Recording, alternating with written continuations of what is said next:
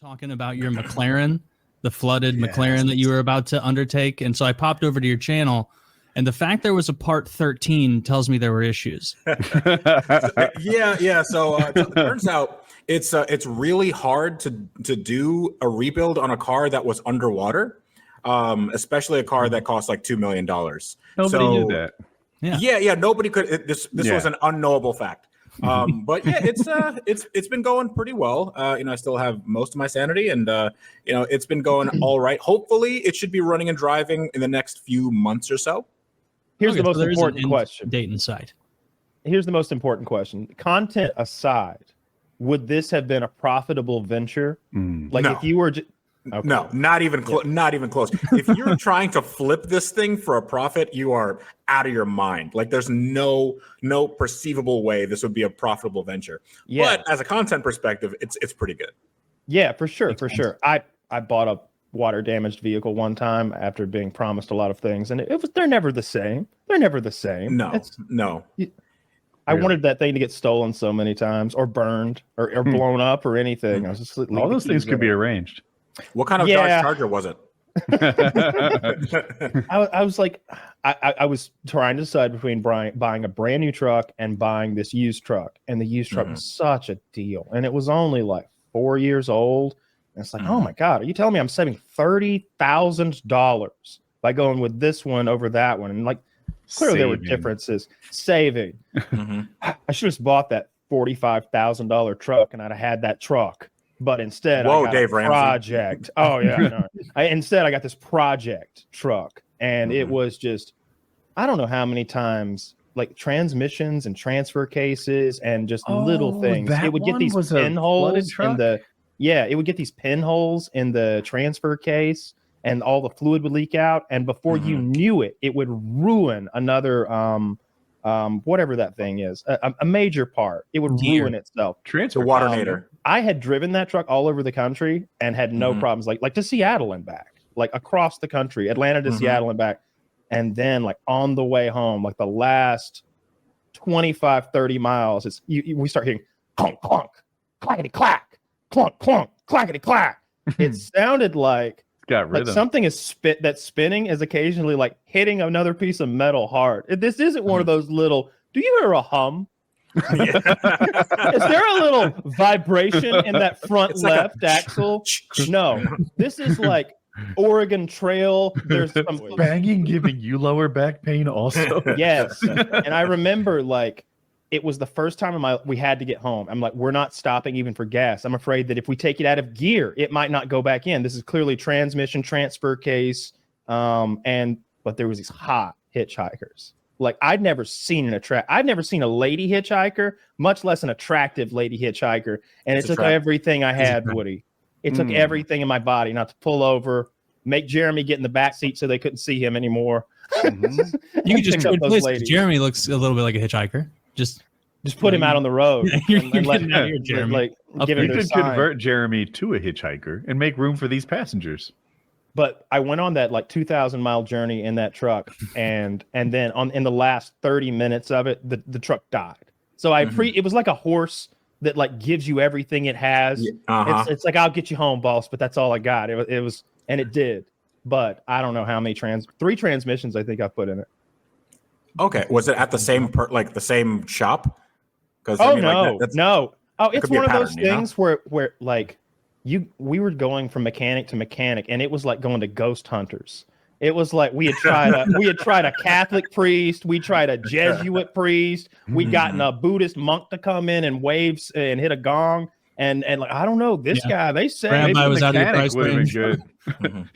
They were. The rabbi charged 3 times as much. Still not fixed it. He's the worst. I let a Moyle work on my Chevrolet.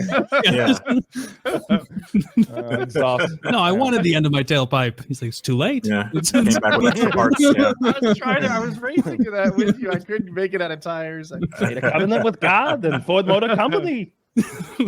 Oh my goodness. So yeah, don't buy water damaged vehicles unless you're making content about them, which it does sound fascinating. Like the fact that as you move along through the process, do you ever talk to like like the computer guy or the electronic guy, you consult with somebody and they're like, wait, you're doing what now?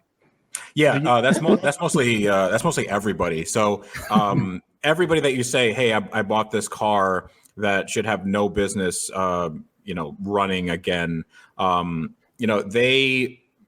Everybody's reaction is the same. It's like, good luck, because this seems not doable at all. So I've consulted. It's a McLaren P1.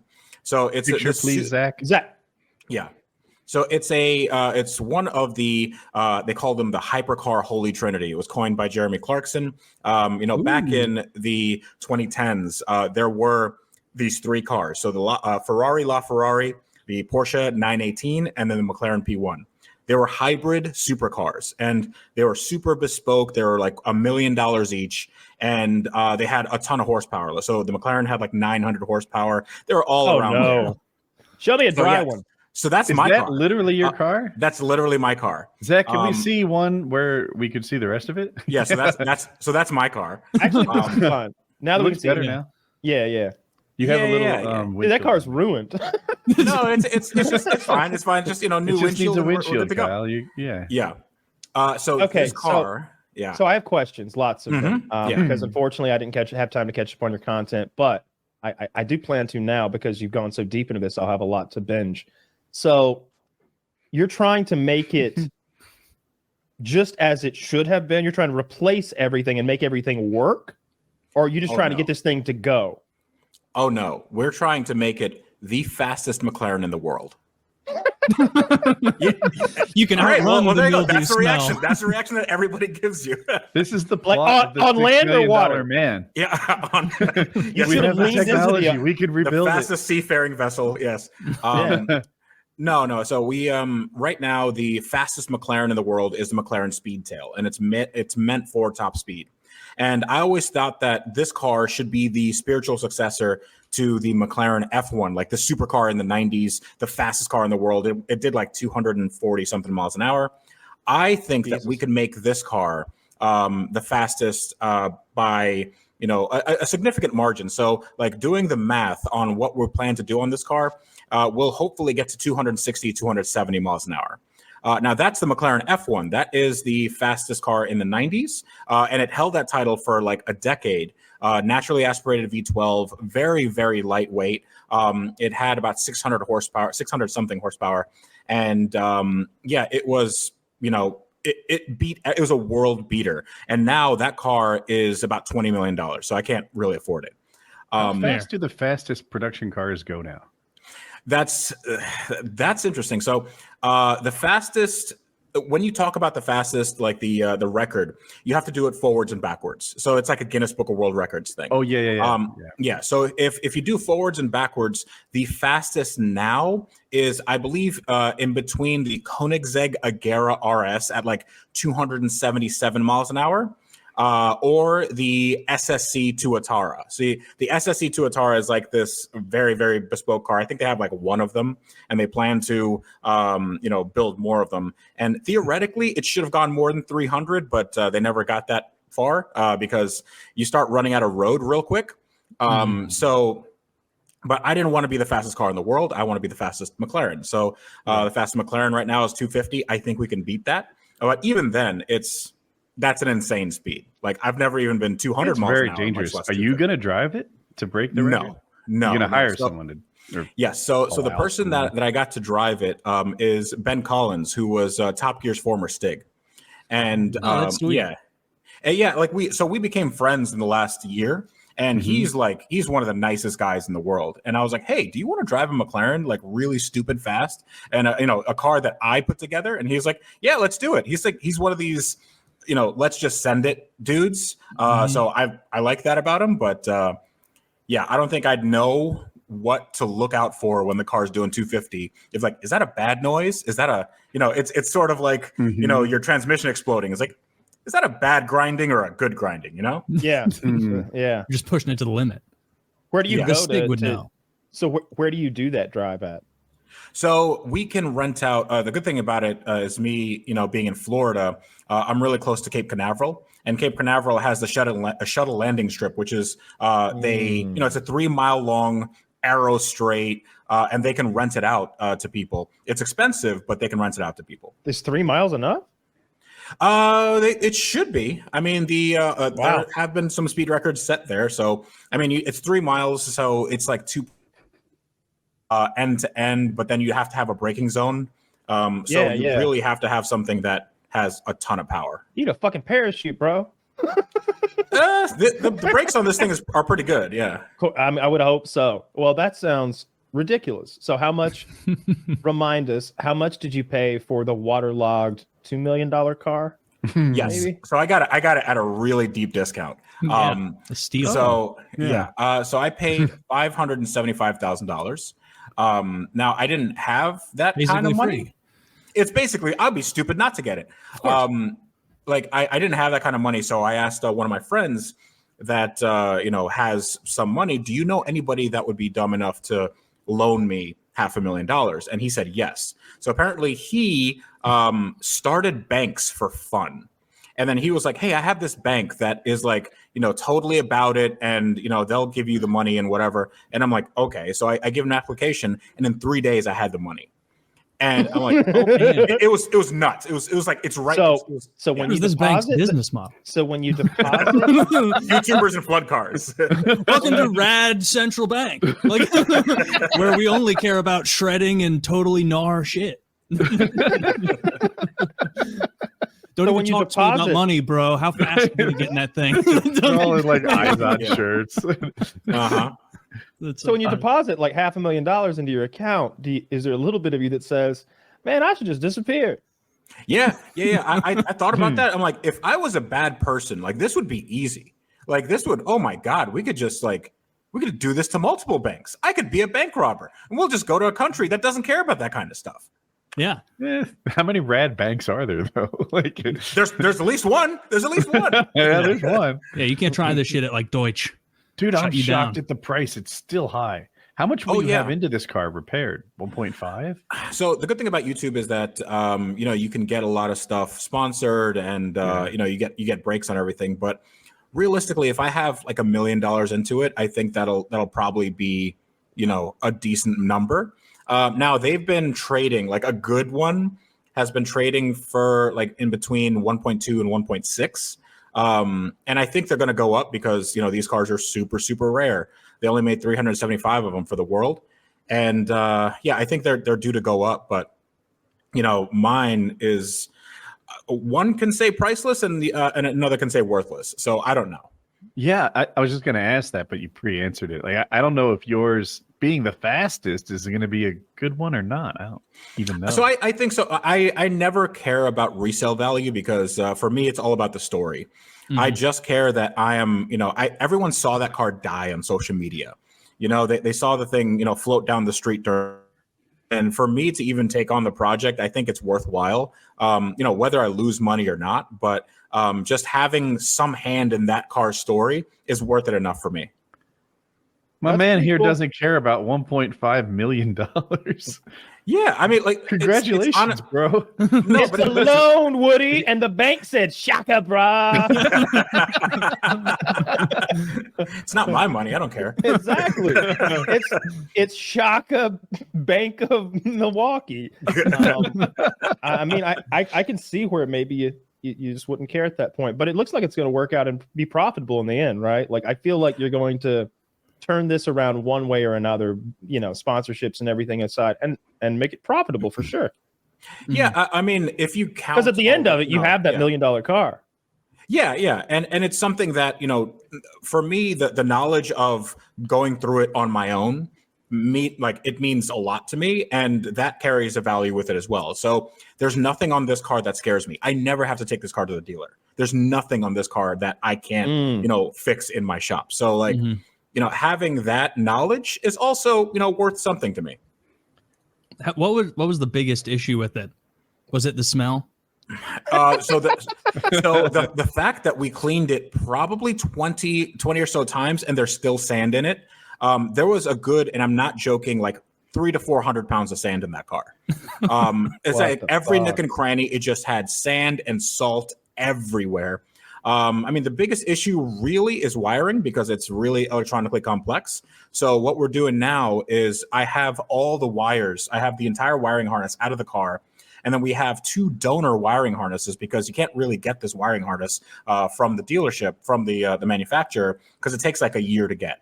It's 20 grand. It's a lot of money, but like for that car, it's actually not that bad. But like to get that, I just don't have that kind of time. So we have 2 donor harnesses from similar McLarens, and we are trying to splice, not splice, but we're making our own wiring harnesses and trying to Oh put my them God. together. Wait. Did you say you had 2 other McLarens that were donors? No. So we have 2 donor wiring harnesses. But I do have another McLaren that we Well, yeah, of course, we're not yeah, using keep it them as a donor. But that was another rebuild that I did. So for those who don't know, the wiring harness is it's all the wires. It's all the wires in this big fucking bundle of wires. And at the end, Miles, they fucking turn into it. And in a car like this, and I'm talking about on a Chevrolet fucking 350, it's a lot of wires. Those are $1,000, by the way. Yeah. On this thing, it's gotta be. Wait, is this a hybrid car or something? Is this? Yes. Oh my So fucking God. Yeah. So this also You've got a battery to contend with. Yeah. So the thing is, I also decided to take out the hybrid drive assembly because it's old technology. It's super heavy. It's like 400 pounds. And there was a real big battery fire, but like the compartment, it held it pretty well. So like when the car went in the water, things were shorting and it was like big mad. So it was bad. So when we took That's out what the his battery, banker said. We have a master technician. absolutely, this thing was big mad. Yeah, I just thought your car had been flooded. I didn't know it had caught on fire as well. Yeah. But then your loan officer kick flipped into the room and was like, "I'm here to save you." Turns the chair around. Hey kids, let me rap at you. He said, "Stop being pussies." No, but it was pretty crazy. So we took out the battery, and in order, let me give you some numbers here. If I were to get a new battery from McLaren, they have like an upgraded battery, like a version 2 or 3 battery for this car. If I were to get it brand new, it's $160,000. Now, they don't have those batteries available. Like they don't have them. It's like a theoretical thing that they might have in 6 months or a year or whatever. And then I'd have to install it and hope that everything else works, like the e-motor and the hybrid drive assembly and all that stuff, which it probably doesn't. So I figured I can just delete all that, have the world's first non-hybrid McLaren P1. It'll be lighter. We'll put way more power into the engine. Like we're effectively doubling the horsepower of the engine. So I have a built motor going into this. The original engine is a 3.8 V8 with twin turbos. I upgraded the turbos. They're way bigger now. I have a 4-liter with built internals, so everyth's 4. What kind of 4-liter? So it's the 4-liter from McLaren. It's a McLaren 4-liter. It's just more stroke. And it'll be putting out something about like 1,400 horsepower.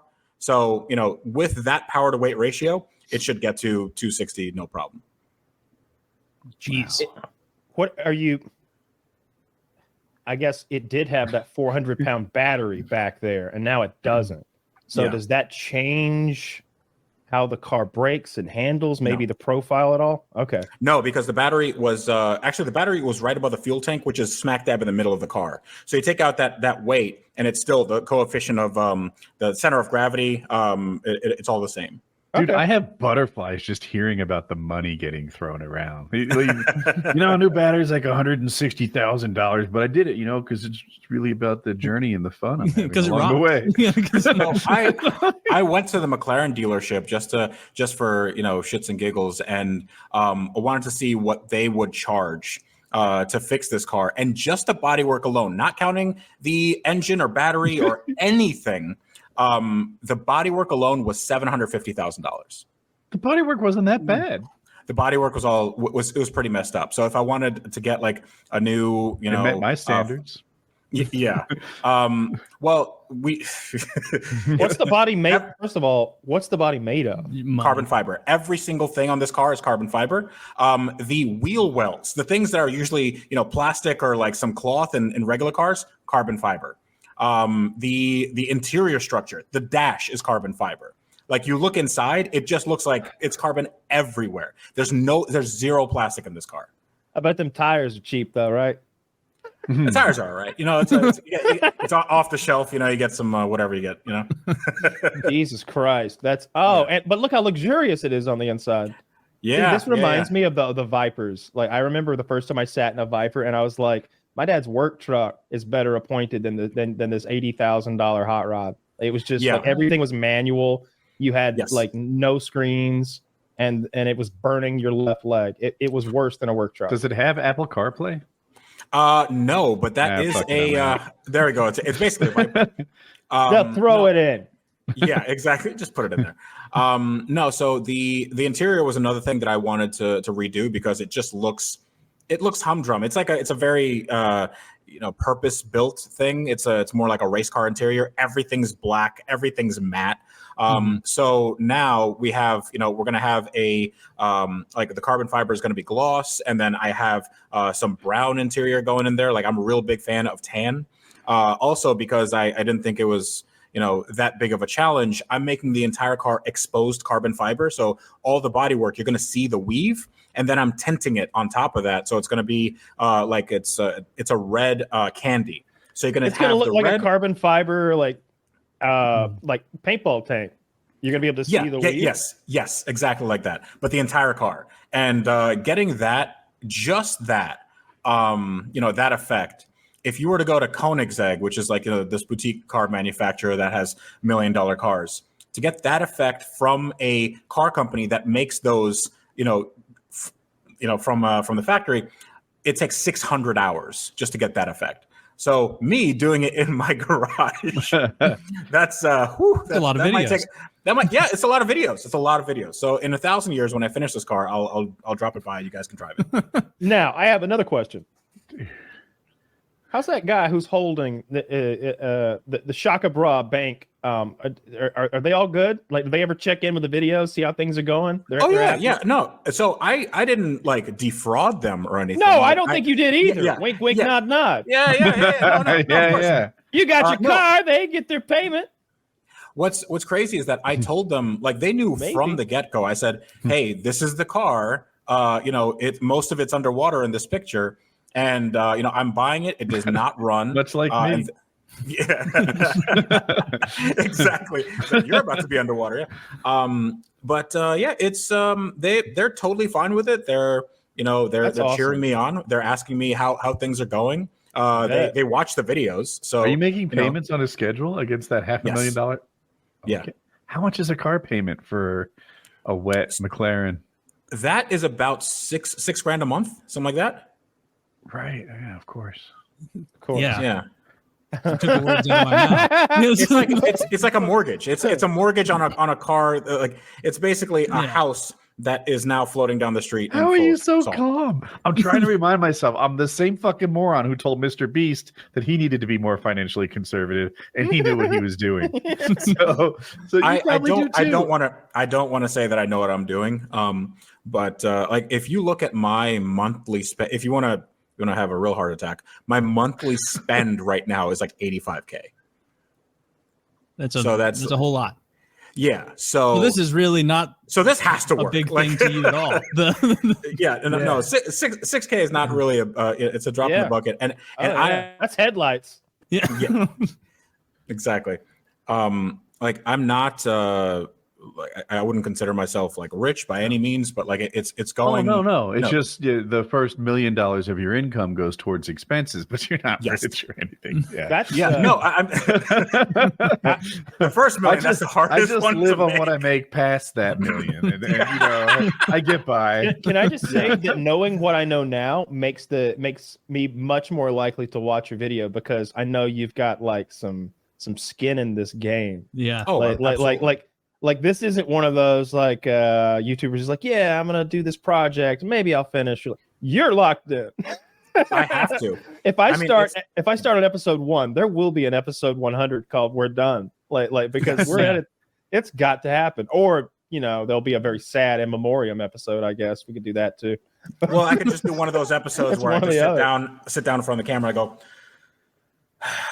it was all a lie. Guys, have a dog on screen with you. At what point is the problem not yours, right? Like, the cliche, like if you owe $5,000, you have a problem. If you owe $5 million, the bank has a problem. Where are you on that scale? I don't know. I have never had a car loan before. This is my first car loan. So every car that I bought, it's we started big. But anytime I ever bought a car, whether it's a car for the channel or whatever, I always bought it cash. Because I'm sort of a Dave Ramsey fan, but whatever. It's I'm not down as far as he is down that path.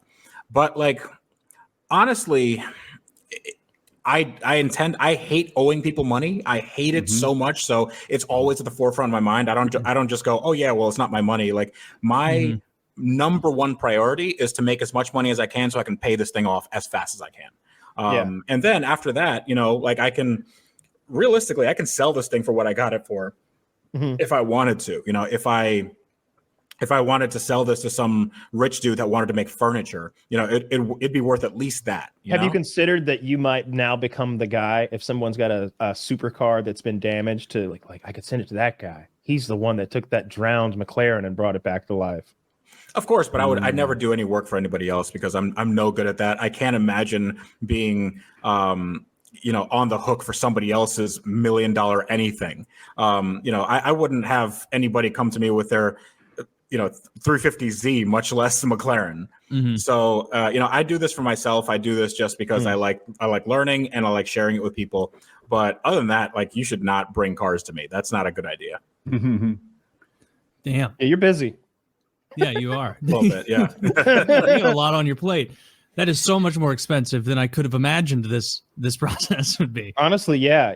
I'm flabbergasted. That's a big project. Like, if you tell me those numbers about a house you were building, I would be like, damn, that's gonna be a big fucking house, huh? 85 a month, big car.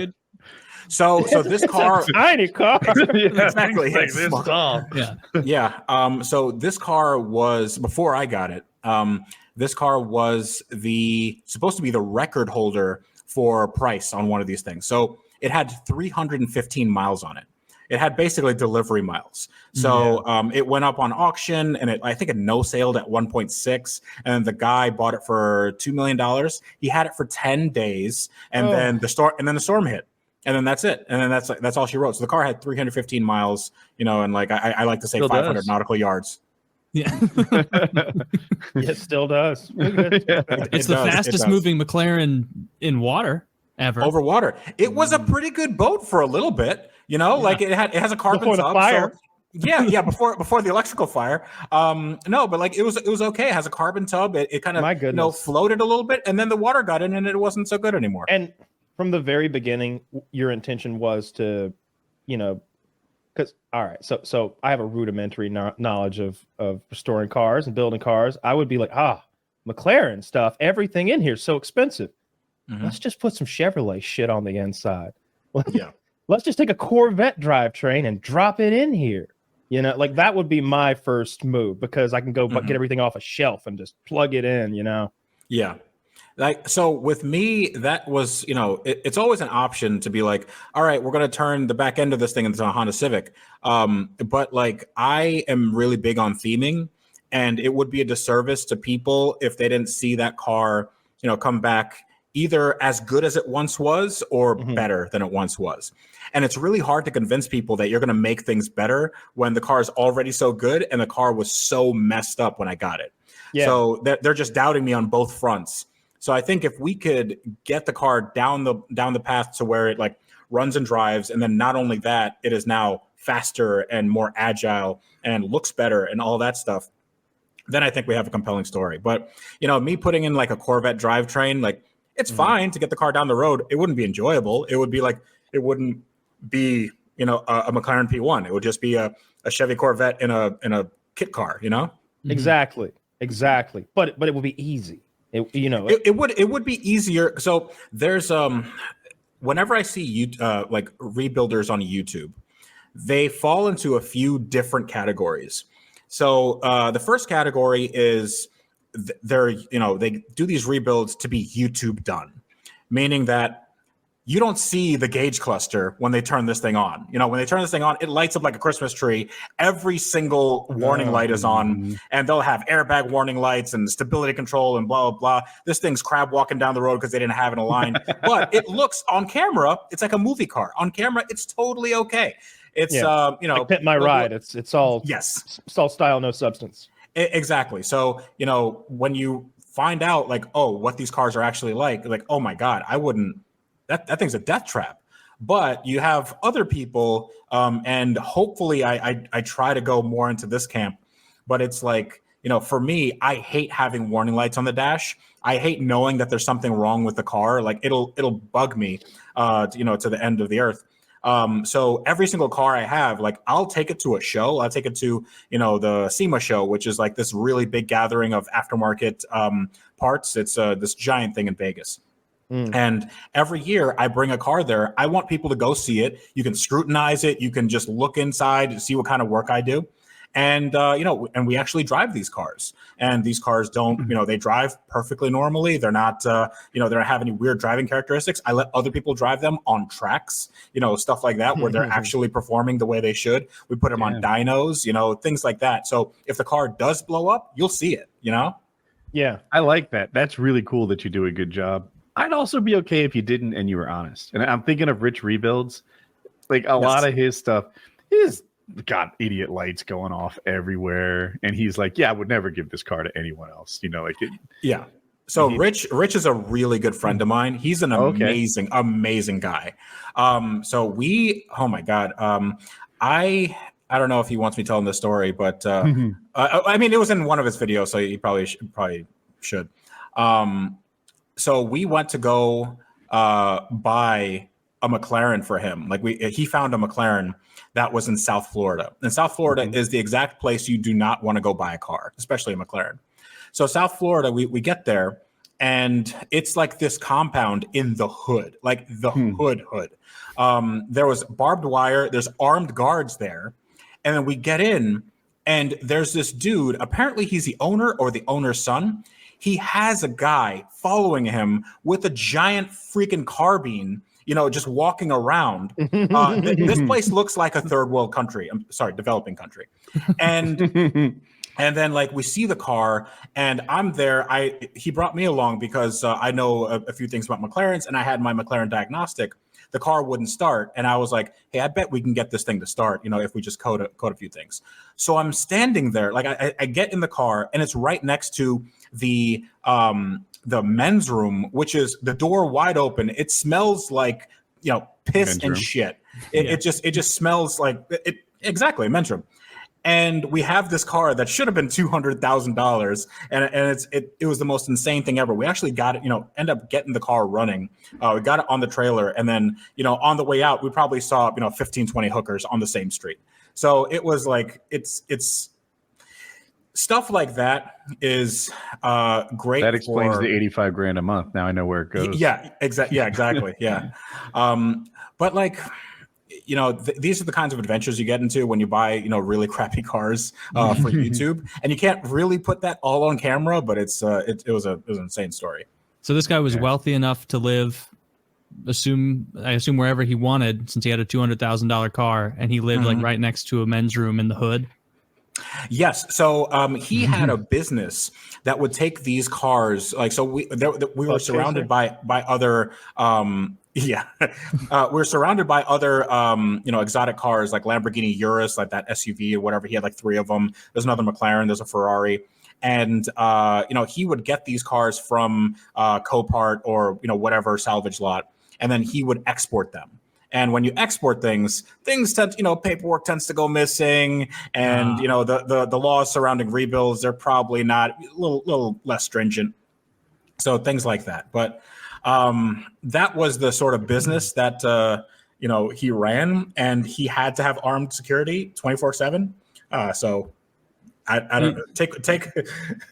You made me think like of the potential for scamming in that world. Like, do you know any stories of someone like paying hundreds of thousands for a car and then it arrives and it is what you described earlier? Like, this is a Corvette in a fucking Bugatti shell. So and there's no recourse. Yes and no. I mean, that you don't really get catfished with cars. Like sometimes you get, people buy cars and they're like, oh my God, this car's a piece of crap. But that's, you could do that with a Honda Civic. What happens with hundreds of thousands of dollars, when it's when you have exotic cars and you're at that price point, is that people will find out that you're looking for a car, and then they'll match up with somebody else that's selling that car. They will copy that listing, pretend they're the seller, and then basically talk as an intermediary to both parties, thinking so that way the guy can go see the car. Like this just happened at a dealership to a friend of mine, and he was like, all right, well, I'm going to go to the dealership. I'm going to check out the car. Car checks out. It's it's a good price. Then he goes back to negotiate, and then he finds out something's wrong. He's like, was there an Irish guy, in this equation? He's like, no, we don't have any Irish people working here. It's like, okay, well, I don't know. The guy I talked to was very, very heavy Irish accent. And then, it turns out the guy was, offering the car for like 15% less, but he was like, all right, I need you to wire me $150,000 and then you can come get the car. But he would have wired this total stranger $150,000 and the car's not even his. So, I don't know how many of those you can do without getting, like murdered. But probably not a lot with that kind of money. Have armed guards 24/7 if you do that. Yeah. And there's a reason that guy was doing that from Ireland. Like a little bit of safety there, probably. Absolutely. But for $150,000, a lot of things are possible. Maybe he was just putting on an accent. Oh, yeah. That would be so funny. It's like some guy is like, hold on, I got to take this. Top of the morning, Toya. Are you still interested in that car we've been talking about? Bandying about the price, eh? What accent would you use, Taylor? What's your most trustworthy business accent? I'm sorry, guys. I got to take this. My cars and garters, I can't sell it for that low. All Taylor's accents are not people I'd pay $150,000 to, like not Mutombo, not whoever Native American dude is. I don't know. With that accent, I feel like if he was like even being mean and rude in negotiation, I would take it like sort of better. I've always thought that like when you hear someone say something in an accent, you hear it differently. I don't know. You hear, but if it's that bad, part of you might be like, if he were faking it, he'd do better. I think part of it is you sort of give that foreign culture that comes along with the foreign accent, like, oh, maybe that's their sense of humor. He doesn't mean fuck you, you cunt. That's just how they are. Australian. That's how they say hello. Yeah, exactly. You sort of like let them get away with a little bit more. I don't know. I always found that I know in car sales, like people with accents seem to do well at it. I always thought. Well, it depends on the accent. Yeah, if you have a posh UK high accent, GDP accent, right? Mm-hmm. Yes. Yeah, you want an expensive accent. Yeah. Mm-hmm. I remember there was a Nigerian guy who had like this really posh European accent, and he was a big, like, handsome guy. He was tremendous at selling cars. But then you had, well, I guess everybody had their niche anyway. Because I was gonna say like the Spanish guy, but he was the only guy who spoke Spanish, so he got every Spanish speaking customer. So that's a whole other thing. That's a great situation to be in, right? Like to be the only Spanish speaking salesman. There was a lady who pretended she could speak Spanish so she could like get into his fucking customer base, and you'd see them over there struggling. Regular Peggy Hill, dude. She was the worst. Senoritos. She was very look. I only bring this part up because she did file sexual complaints against several people there. Not me. Obviously, I was a very young man, but she was a very unattractive lady, and she was always lying and cheating customers. Like what I'm talking about. Like the way that she would like, como está? Me ama Peggy Hill. And like that was it. That's all she had. Now we're at like El Fordo. Mucho safety. Like, and meanwhile, they're interested in El Camaro. My job's halfway done. and then there's fucking meanwhile, Francisco's over there. Man was born in Mexico City. He's as Mexican as it gets. like he's Captain Mexico. Oh, I hated that lady. Man, well, it sounds like he dodged a bullet for not getting lied about by the thieving saleswoman. She was an older. Nobody was thinking that 19-year-old Kyle was hitting on that gal. Did she dress to look Hispanic? She was black. She still could have. Like she's still. Yeah, she had a sombrero. I mean, but she did. Yeah, that's how you knew. That's how you knew. Just kept the sun out of her eyes. That's all that was about. If I was buying a car and one of the salesmen had like chips and salsa on their desk, I've made my decision. Oh, like I'm gonna go eat with. It's like the worst case scenario is like a snack. I would get customers genius. Like if the paperwork was taking a long time because AKA they had bad credit and we were trying to find a bank, I would often buy them dinner and like have it delivered. If there was money there to be made, like if keeping them in that chair meant like getting the sale done that was going to be profitable, I would buy them dinner. Did you ever have somebody push for a more expensive dinner than you initially wanted? No, but like I was like, what, you guys want something to eat? What'd you like? And they were like, Outback's down the street, right? And I was like, fuck, so is Wendy's. Outback, they just closed E. coli thing, right? Anyway. How about they got Anytizers at Chili's tonight. Anytizers. Yeah. Anytizers. Yeah. Oh my God. I remember going to Applebee's when I was like early 20s. And we used to go every Tuesday. This was our ritual, me and my friends. And we only went after 10 p.m. because it was half off appetizers. And for like $8, you can have two things. And you get like a quesadilla and a plate of wings. And it was great up until the point where you get massive diarrhea from that quesadilla. And I never learned from my mistakes. It was every week, on the dot. I would rush home and then just shit my brains out. I'm like, why did I do this? My stomach hurts so bad. But your wallet's full and your stomach is briefly full, I guess. No, it's great. It's great. And I had money and everything, but oh my God. $8 on dinner.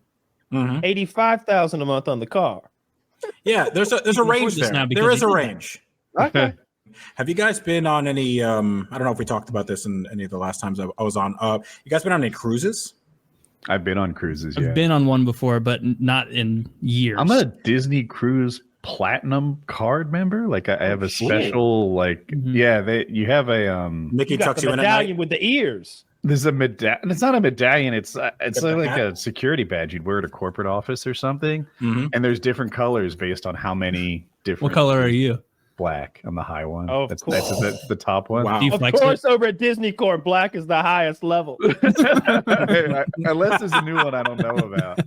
And the lowest level is white. Yeah. I don't know what the low. I forgot. Oh, a white card member. You're not even allowed in the water park. When you step on the ship with the black card, you're eligible for like a tour from the captain and stuff like that. Wow. Yeah, what's the captain look like? Like describe the captain of a cruise line. He's in full cosplay. Like a CEO. He's full dressed in like Navy looking officer type gear. And he's got the hat on. And he's just like fit, sort of like a successful man is what. Does he seem bothered by it? If you offered, he's in like, hey, show mode. Oh, okay. Oh, so he's up for pictures. Oh yeah, he's up for. He's giving tourists a tour of parts this. of the ship most people can't go to. Okay. Right. So do you think the captain would let me wear the hat for a minute in the picture? Absolutely. Well, I don't know. The only objection I think would be like disease or something. Like if you got a lice vibe about you, no. But, And the rule of the sea is for those few moments you are the captain. Yeah. Taylor, you read my mind because in that moment I was throw him in the brig. All right, men. Captain! And like 30 guys would just come out and like reveal that. Then you guys like Germany in 1935. Yeah. Really, he's wearing the hat. We have to listen. Ramming speed, carnival. Goofy, Mickey, Throw him off out to sea. Those are code names. Yeah. No. So I went on this. Cruises, why do you ask? Oh, this the actual. Okay. Well, so I went on this cruise like 2 months ago, and every cruise that I've been on, before then, I just did like a regular balcony room, something kind of nice. But I decided to do this insane 2-story suite because I was like, I've never been on this. I want to know what it's about. Mm-hmm. And it is I have ruined myself to the point where if I ever cruise again, I have to do this again. It is the most ballin' out of control thing I've ever experienced in my life.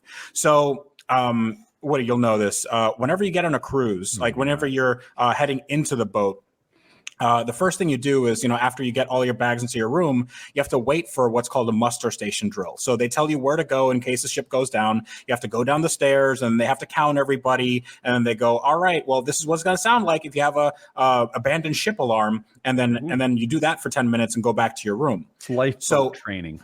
Yeah, lifeboat training. Just so just so the Titanic doesn't happen again. Now, what we did is, since we had the suite, so me and my girlfriend, we get there and it is like an hour before the boat departs. So I'm like, holy crap, like, is this the wrong time? But apparently we get in there, somebody, in the, while we're still at the dock, somebody goes, just sit down, give us your passports. We'll check you in. Would you like something to drink, something to eat? Like, we're sitting down, they check us in, and then they go, okay, well, here is, this guy. He's your escort. He'll be escorting you onto the ship. So he gives you a guided tour of the entire ship. He goes and says, how's your day? What do you do for a living? That sort of thing. Just, make small talk. Mm-hmm. And then we're going around the ship. He shows us all the restaurants. This is what you can go here, here, here. And then I go, hey, when's the muster station drill? He goes, you've already done it. And I go, what? Like, yeah, this is it. So he tells us where to go. He goes, you just go down there.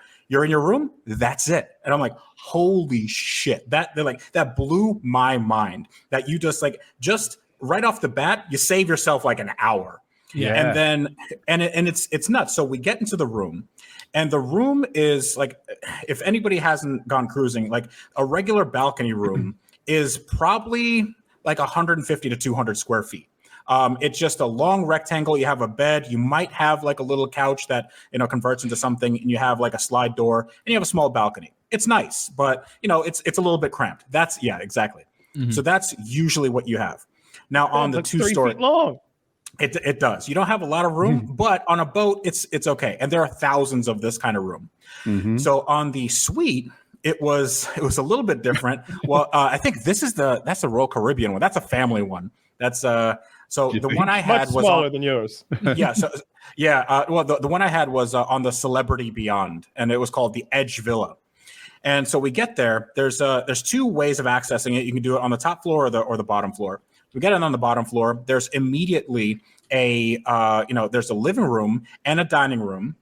You have 2 fridges, and they stock it with everything you want. They have 2 bottles of whatever you want. They bring you a cake, just to say, hey, thanks for, coming on board. You have talking here.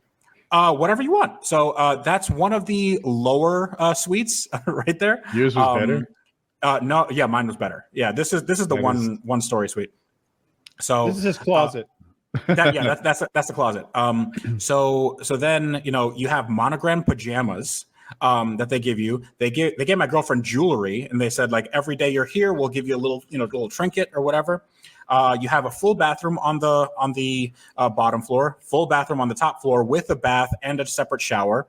You go outside to a double-decker balcony, and then you have a hot tub for your. That's it. That's exactly it.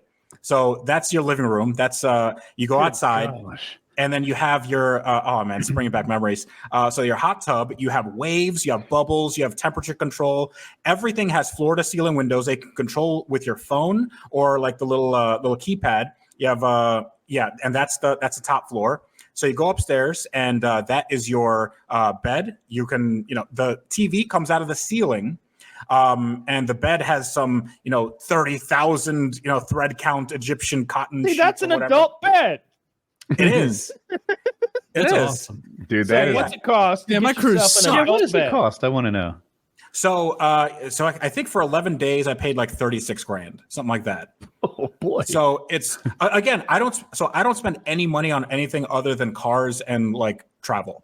So that's my only thing. I don't have any jewelry or anything. I don't have a watch collection. That's just the only thing I spend money on. And I'm like, I'm going to splurge just this once. And now I have to do it, like every year. Yeah, now you're in. You can't go It's back. amazing. Now I'm in. I can see why you got for dude. We were the opposite. We were like cattle, shoulder to shoulder, doing the lifeboat drills. I have this tiny room, and when you're on the Disney ship, it's like sort of kid friendly, and our kids are making friends with other kids because the ship arranges all these social things and cool. So their families had rooms like yours, and I am just like, fuck. Like I thought I was doing okay just being on this ship.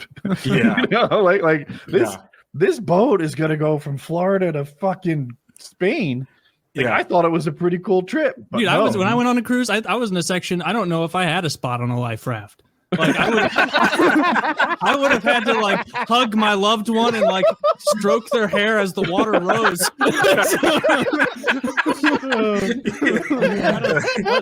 Just here near him, I got to be. You got one of those buoys off the wall of the Long John Silver's. I know where I stole my plane seat, so I have that. Well, another thing that they give you on this crazy cruise is like, so you have a 24-hour butler. Like you have a person that will do everything, like your reservations, all that stuff, and then you have priority for literally everything. So are there prostitutes on those boats? No, I mean, they don't advertise them, but a lot of people. Well, sure they do. There's just not in the open. Probably. Okay. But yeah, I mean, it was you have confirmation on that, Zach. Zach, find out about the horse. Maybe on a carnival. Maybe a carnival. Carnival, yes. Maybe. Whatever cruise line it takes, Zach. I don't care. Oh my god! I typed "Are there prosta?" and then proceeded to misspell the word. Thank you so much for joining us this evening from your fancy looking office or wherever you are.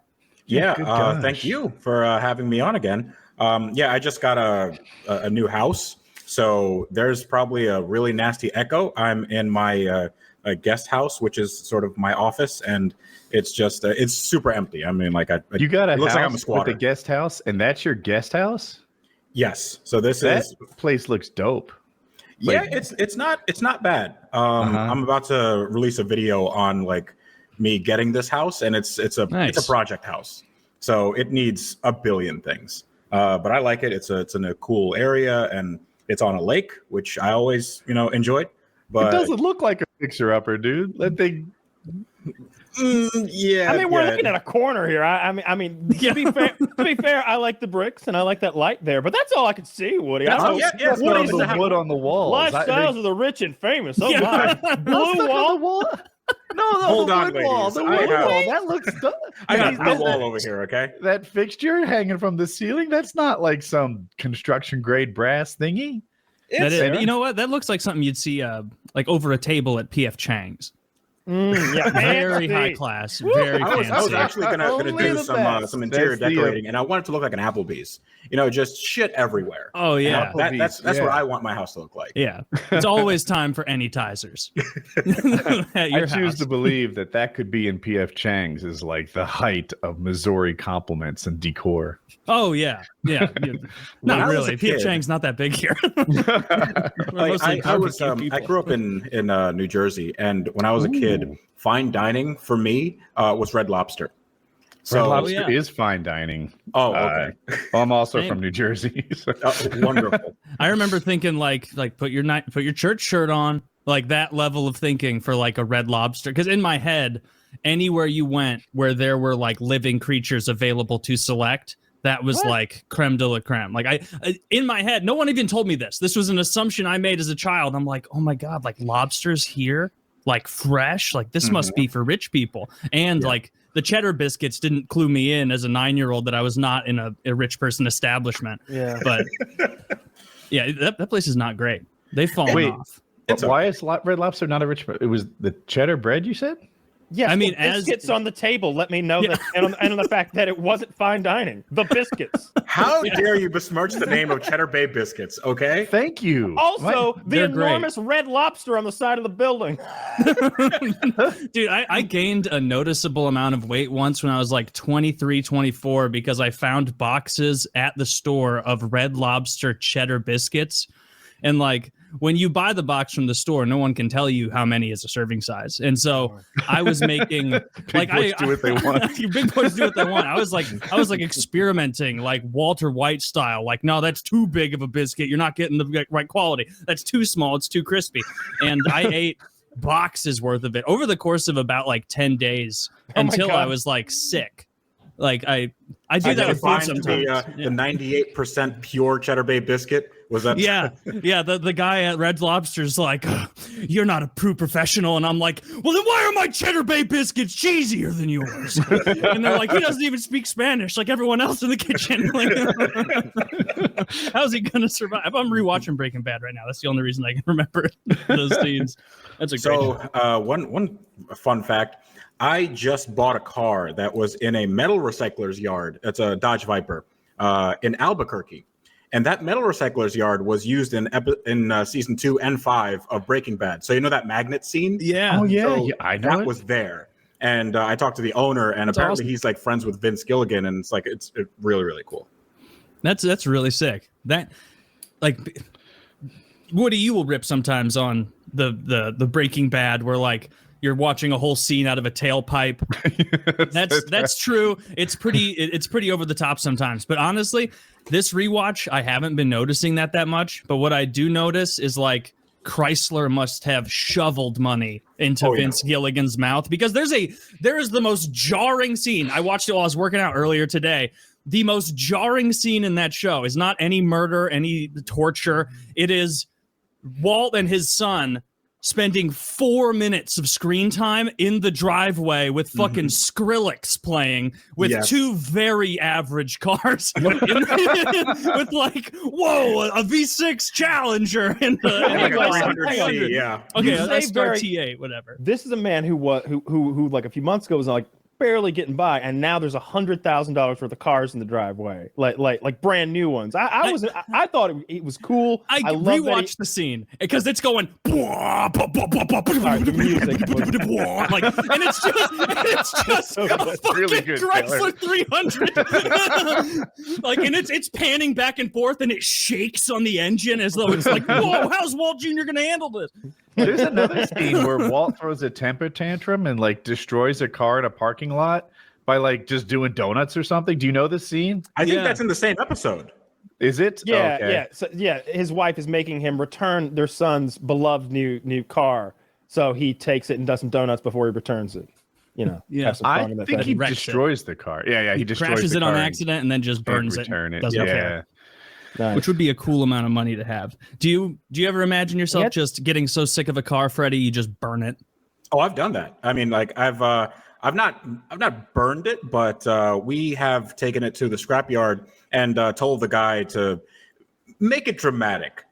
So he picks it up with this giant crane and then like snaps its back, and it just looks pretty gnarly. But yeah, I've done that to projects and cars I have a lot of money into, and I'm like, I can't. Yeah, I Taylor, can't see this car obviously again. he's done that. We've had a glimpse into his guest house already. You got The a blue guest room. wall should give that away. Okay. Hey, this man can afford electricity and bricks. Electricity, bricks, a roof, all the features, all the hits, all the classics of the He house. has hardwood walls and high-end fixtures and Hardwood walls. Hardwood walls. I think. Is that what they're called? Welcome to Lifestyles of Rich and Famous. Look at these hardwood walls. Yeah, the reconstruction wasn't going too bad until I got hoodwinked into those hardwood walls. he was convincing. He was clever. Worthy of P.F. funny. Chang. Yeah, they have hardwood floors. But have you ever crushed one of your cars into one of those cubes, or have you ever been there in person, seeing a car crushed into a cube? I'd love to see that someday. Yeah, so not my personal car, but when we went to this recycler's yard, this dude, like the owner, he took us into like the top of his like incinerator, right? The car crusher. This thing can crush a car in like 8 seconds. They had a giant pile of metal that used to be a 747. So I started like filling my pockets up with stuff because I'm like, I don't know, it's kind of cool. Yeah.